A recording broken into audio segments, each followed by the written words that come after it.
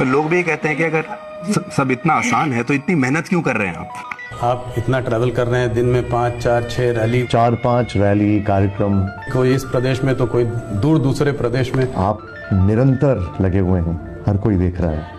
तो इस सब में आप फिट कैसे रहते हैं? इतनी ऊर्जा आप कहाँ से लेकर आते हैं? प्रधानमंत्री जी, आप इतनी मेहनत करते हैं, इतना काम करते हैं, आप वाकई थकते क्यों नहीं है? पूछता है Bharat, nation wants to know, आप इतने रिलैक्स्ड कैसे रहते हैं? और क्या इसके लिए ऊपर वाला शक्ति भी और ज्यादा दे देता है क्या? मोदी जी, वो कुछ पाकिस्तान से वीडियोस भी आते हैं, वो कह रहे हैं कि मोदी वहाँ भी प्रधानमंत्री बन जाए। पहले जब तक माँ जिंदा थी मुझे लगता था कि शायद बायोलॉजिकली मुझे जन्म दिया गया है। माँ के जाने के बाद मैं कन्विंस हो चुका कि परमात्मा ने मुझे भेजा है। ये ऊर्जा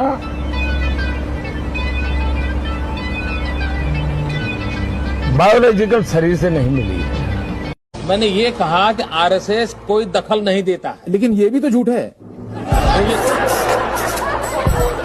आपका हिंदुत्व का नारा था जिससे कि आपकी लोकसभा में 2 सीट सन 84 में आई थी, वहां से बढ़ के आप लोग बढ़ते बढ़ते 1998 में सरकार बनाने के मुकाम तक पहुंच गए। अब आपका हिंदुत्व का नारा भी फेल कर गया।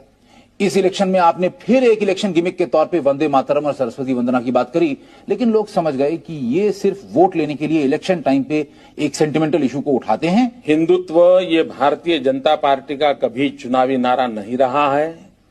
हिंदुत्व ये हमारे लिए आर्टिकल ऑफ फेथ है। आपका आर्टिकल ऑफ फेथ है हिंदुत्व। तो ऐसा क्यों होता है कि जब इलेक्शन आता है तभी आपकी फेथ एकाएक उजागर हो जाती है?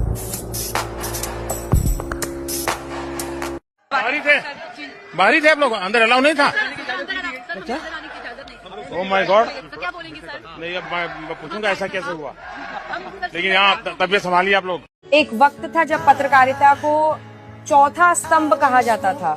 आज वही पत्रकारिता बिक गई, सत्ता की गोद में बैठ गई।